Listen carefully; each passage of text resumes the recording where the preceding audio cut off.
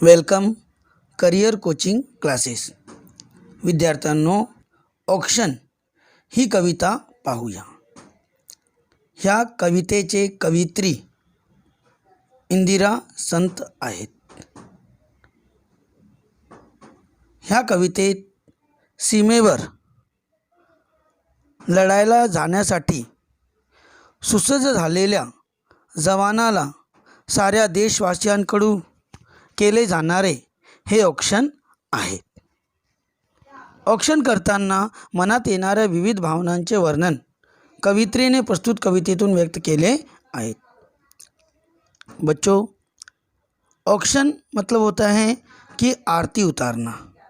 इस कविता में जो सैनिक हैं वह देश की रक्षा के लिए लड़ने के लिए जा रहा है, और जब यह जाने वाला रहता है तो सारे देश के लोग इसकी आरती उतारते हैं, और आरती उतारते समय इनके मन में जो विचार आ रहे हैं वो सारे विचार इस कविता में बताए गए हैं. तो चलो देखते हैं. नाही मुठीमध्ये द्रव्य, नाही शिरेमध्ये रक्त, काय करावे कळेना, नाही कष्टाचे सामर्थ्य, जीव ओवाळावा तरी, जीव किती हा लहान, तुझ्या शौर्यगाथे पुढे त्याची केवढीशी शान, वर घोंगावे बंबारा पुढे कल्लोळ धुराचे, धडाडत्या तोफातून तुझे पाऊल जिद्दीचे, तुझी विजयाची दौड डोळे भरून पाहावी, डोळ्यातील आसवांची ज्योत ज्योत पाजळावी, असा असंख्य ज्योतींची तुझ्या मागून राखण, दिन दुबळ्यांचे असे तुला एकच औक्षण. तर चला पाहूया विद्यार्थ्यांनो. नाही मुठीमध्ये द्रव्य, नाही शिरेमध्ये रक्त, काय करावे कळेना, नाही कष्टाचे सामर्थ्य. कवी इंदिरा संत म्हणतात, सैनिकाची ओवाळणी करताना देशवासियांच्या मनात येते की आमच्याकडे हे सैनिका तुम्हाला देण्यासाठी कोणतीही संपत्ती नाही. तुम्ही देशासाठी जसे रक्त सांडता तसे रक्त सांडण्याची हिंमत आणि धाडस आमच्यात नाही. आम्ही काय करावे हे आम्हाला कळत नाही, कारण तुमच्या एवढे कष्ट करण्याचे सामर्थ्य आमच्यामध्ये नाही.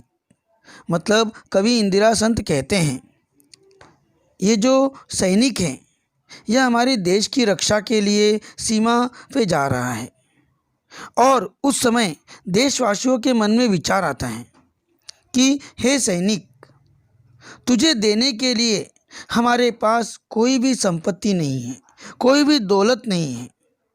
तू देश के लिए खून बहाने वाला है. उस तरीके से खून बहाने की हिम्मत और ताकत हम में बिल्कुल भी नहीं है. हम क्या करें, हमें कुछ समझ में नहीं आता.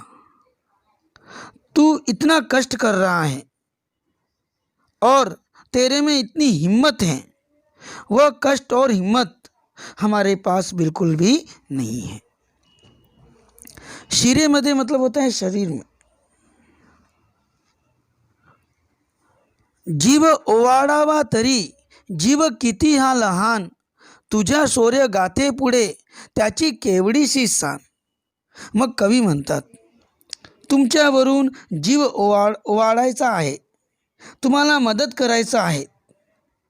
आम्ही देशवासियांनी जर विचार केला तरी तुमच्या त्याग बलिदानापुढे आम्ही खूपच लहान ठरतो. तुमचे शौर्य, धाडस, कर्तृत्व हे आमच्या कोणत्याही कार्यापेक्षा खूपच महान आहेत. फिर कवि कहते हैं कि हम अपनी जान तुम पे न्यौछावर करना चाहते हैं, तुम्हारी मदद करना चाहते हैं. हम सारे देशवासियों ने अगर सोचा तो भी तुम्हारे त्याग, तुम्हारे बलिदान, इन सब के आगे हम बहुत छोटे पड़ जाते हैं। तुम्हारी जो शौर्य गाथा है, तुम्हारी जो हिम्मत है, तुम्हारी जो जवाबदारी, तुम्हारा जो कर्तृत्व है, इन सभी कार्यों के आगे हम जरा भी महान नहीं हैं। ये सब कार्य बहुत महान हैं। वर घोंगावे बंबारा, पुढे कल्लोळ धुराचे, धडाडत्या तोफातून तुझे पाऊल जिद्दीचे. मग कवी म्हणतात की युद्धभूमीवर घोंगावणारा तोफ गोळ्यांचा भडीमार सुरू आहे. धुराचे लोट जोरजोराने येतात, आवाज येतो. असंख्य अडचणी म्हणजेच प्रत्यक्ष मृत्यूशी सामना, यातून पुढे पुढे जाणारे तुम्ही, तुमची जिद्द, तुमची ही विजयी घोडदौड आम्हाला डोळे भरून पाहायची आहेत. तुम्ही नेहमी विजयी व्हावे हीच आमची इच्छा आहे. म्हणजे कवी म्हणतात की आकाशात विमान इकडे तिकडे फिरत आहेत, विमानातून बॉम्ब खाली फेकले जात आहेत, त्यामुळे धुराचा कल्लोळ उठत आहेत. तरीही हा जो सैनिक आहे ह्याचे पाऊल जिद्दीने पुढे जात आहेत. तो मागे वळून जरा पण बघत नाहीत. मतलब कवि कहते हैं कि आसमान में बम बरसाने वाले जहाज यहाँ वहाँ चक्कर लगा रहे हैं और नीचे बम भी गिरते जा रहे हैं, सामने तोपों से गोले दागे जा रहे हैं और उससे निकलने वाला जो धूर है, जो धुआं है, वह पूरे सब जगह फैला हुआ है. फिर भी ये जो सैनिक है यह घबराता बिल्कुल भी नहीं है. सामने कितने भी तोप के गोले चल रहे हो, इसके पैर जो हैं बहुत जिद्दी हैं. अपने देश के लिए कुछ करना है, देश को बचाना है और इसकी मैंने कसम ली है, यह सोचकर उसके पैर आगे ही बढ़ते जा रहे हैं. तुझी विजयाची दौड डोळे भरून पहावी, डोळ्यांतील आसवांची ज्योत ज्योत पाजळावी. मग कवी म्हणतात की तुमच्या विजयामुळे आम्हाला होणारा आनंद, त्यामुळे येणारा आनंद यांच्या ज्योती पेटवून तुमची आरती आम्हाला ओवाळायची आहे. फिर कवि कहते हैं कि तू जब युद्ध भूमि में लड़ते रहेगा, तुझे जीतते हुए हमें देखना है और उसकी जो खुशी है, उन खुशियों की ज्योत जला के हमें आरती उतारनी है आपकी, सैनिकों की. असा असंख्य ज्योतींची तुझ्या मागून राखण, दिन दुबळ्यांचे असे तुला एकच ऑप्शन. मग कवी म्हणतात, आमच्या रक्षणासाठी सीमेवर निघालेल्या सैनिका, तुझ्याकडून असा असंख्य नेत्रज्योतीची राखण म्हणजे देशवासियांचे रक्षण नेहमीच केले जाते. ते असेच केले जावे. तुझ्या अलौकिक कार्यांच्या तुलनेत दिनदुबळे कमकुवत असलेले आम्ही नागरिक तुझी ओवाळणी करतो आहेत. म्हणजे हा जो सैनिक आहे हा आमच्या रक्षणासाठी सीमेवर लढत आहेत, म्हणून आम्ही देशवासी असंख्य ज्योतीची तुझ्या मागून औक्षण करत आहेत.